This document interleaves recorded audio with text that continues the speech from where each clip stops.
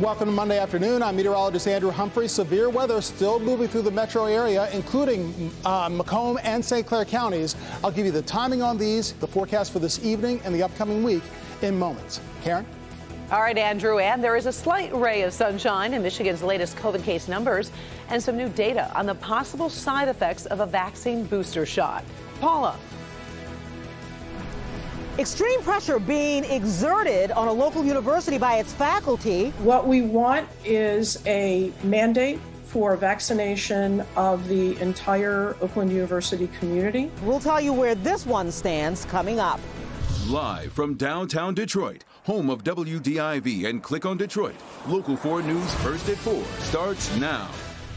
We begin here at 4 with some unstable afternoon weather. We've got some thunderstorm warnings in effect. Andrew Humphrey here with a look at the latest. Andrew. Thank you very much, Karen. We still have severe thunderstorm warnings in effect. Now, the one from Macomb County, as you can see here, it just expired within the past couple of seconds. But this newest one here in St. Clair County, it is still in effect for virtually all of St. Clair County, including Port Huron, until 4:30 this afternoon. So during this entire program, all this area of St. Clair County under the gun with heavy rain, also possibility of high wind and frequent lightning. These storms moving at around 30 to 35 miles per hour, affecting areas like Brockway, Lakeport, and eventually into Crosswell in southern Sanilac County between now and 4:30. Best place to be is indoors to avoid this heavy rain, dangerous lightning, even the possibility of some hail. And of course, those strong winds. And you have some pretty significant thunderstorm activity in Sanilac County as well. So your storm timeline goes like this. Storms continue to move through up until about 6, 7 p.m.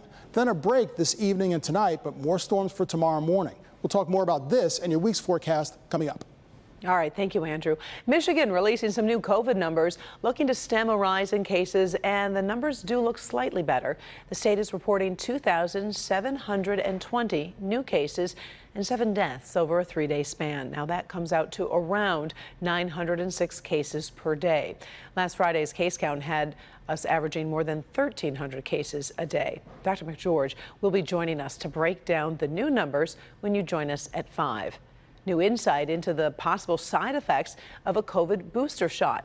This research comes from Israel, where people over 60 started getting a 3rd dose of the Pfizer vaccine last month.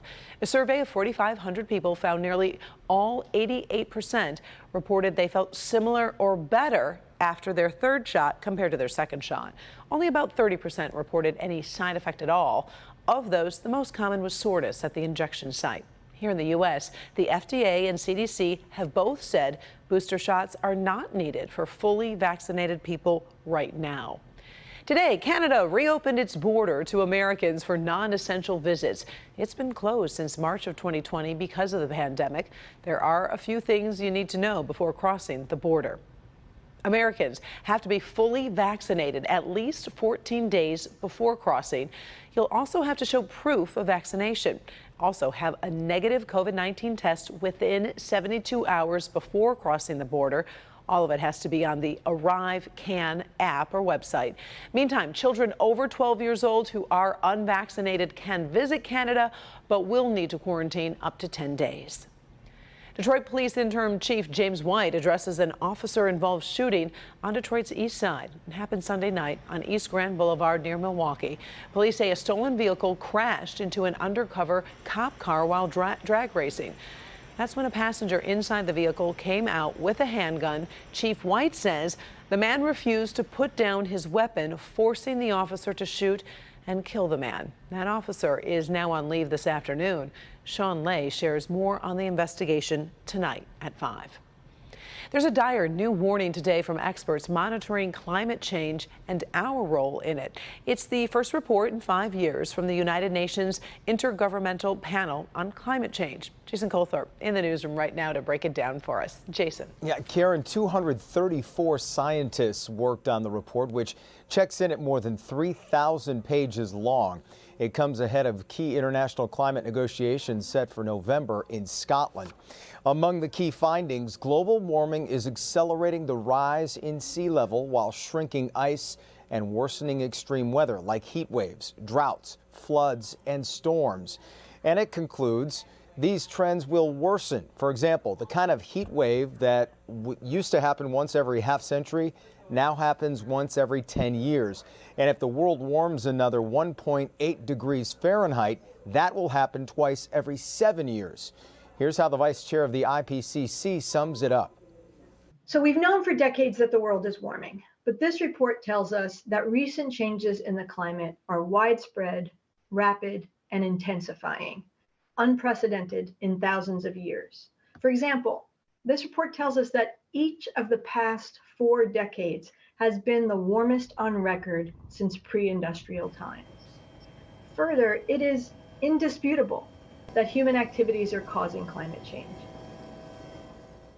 The report says as the planet warms, places will more often get hit not just by extreme weather, but by multiple climate disasters that occur simultaneously. Co Barrett, the expert we just heard from a second ago, says it is possible to forestall many of the most dire impacts. More than 100 countries have made informal pledges to achieve net zero human-caused carbon dioxide emissions by sometime around the year 2050. Karen, back to you. All right. Thank you, Jason. First at 4, we are on top of stories making headlines around the world on your Monday afternoon. Tomorrow, the U.S. Senate is expected to pass President Joe Biden's bipartisan infrastructure deal. Late Sunday, in a 68-29 vote, the Senate closed down debate on a bill that would spend $1 trillion on the nation's infrastructure.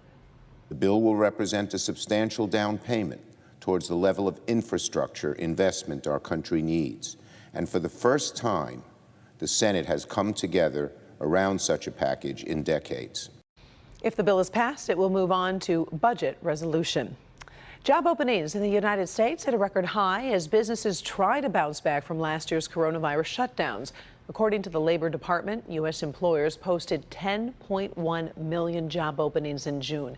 6.7 million employees were also hired that month. Officials say the gap between opening and hiring suggests businesses are scrambling to find workers. Unemployed Americans have said COVID has kept them from seeking work. In June, a record low of 1.3 million people were laid off or fired. Jury selection for R&B singer R. Kelly begins today in New York. 12 jurors and 6 alternates will be selected. They'll be the only people allowed in the courtroom when the trial begins. The 54-year-old faces racketeering and sex trafficking charges. If convicted, he could face decades in prison. The trial is expected to begin on August 18th and may last between 6 and 8 weeks. University of Michigan today announced they're joining Michigan State in requiring face coverings indoors on campus. Now, both schools are also requiring all staff and faculty be vaccinated. Oakland University is on board with the masking, but so far, OU only has a vaccine requirement for some students. Let's bring in Paula Tubman. She is live with the push to increase that mandate. Paula.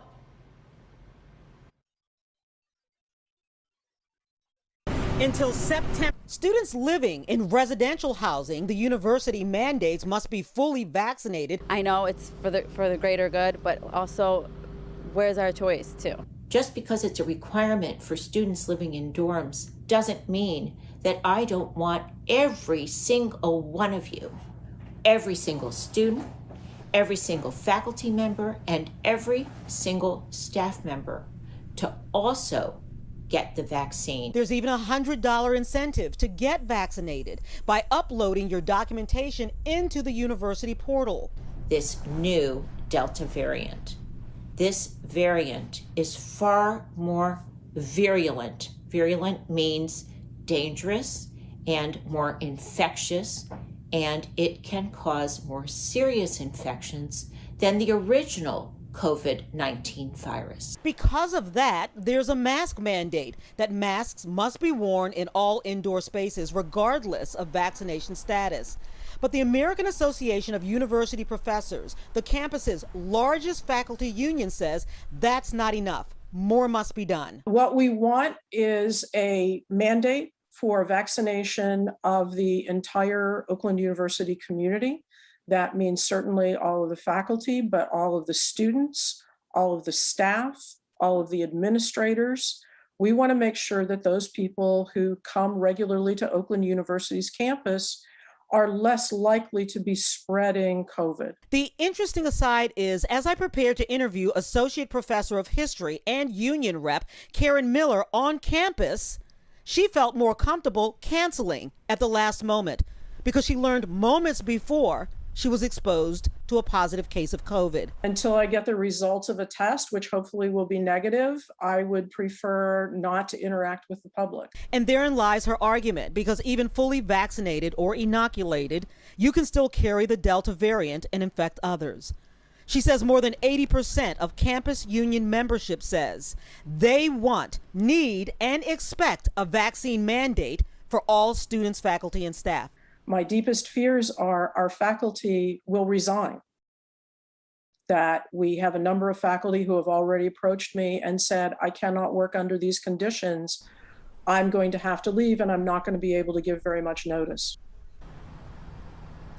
Yeah, everybody, I'm sorry about those audio problems in the beginning. Let me go back to that because school doesn't start in earnest until September 2nd. The students you actually see behind me are medical school students who are on campus. All of this going on with the backdrop of faculty contract negotiations going on. The union says this has nothing at all to do with those contract negotiations, but they do fear some chaos, particularly if there is a surge with students expecting to be in in-person classes. Faculty members who don't quit saying, hey, look, I'm going to have to teach remotely, and having to rebuild that wheel very, very quickly with very little notice. And so we'll just have to keep you posted on this, Karen. So much to consider and really so little time. I know you'll stay on top of it. Thank you, Paula. Still ahead, here first at 4, talk about a surprising match. An Ohio woman is marrying the man who spent 32 years behind bars convicted of killing her brother. Find out what happened to make her fall in love. And next, how a judge's ruling could make people feel a lot safer about booking a cruise.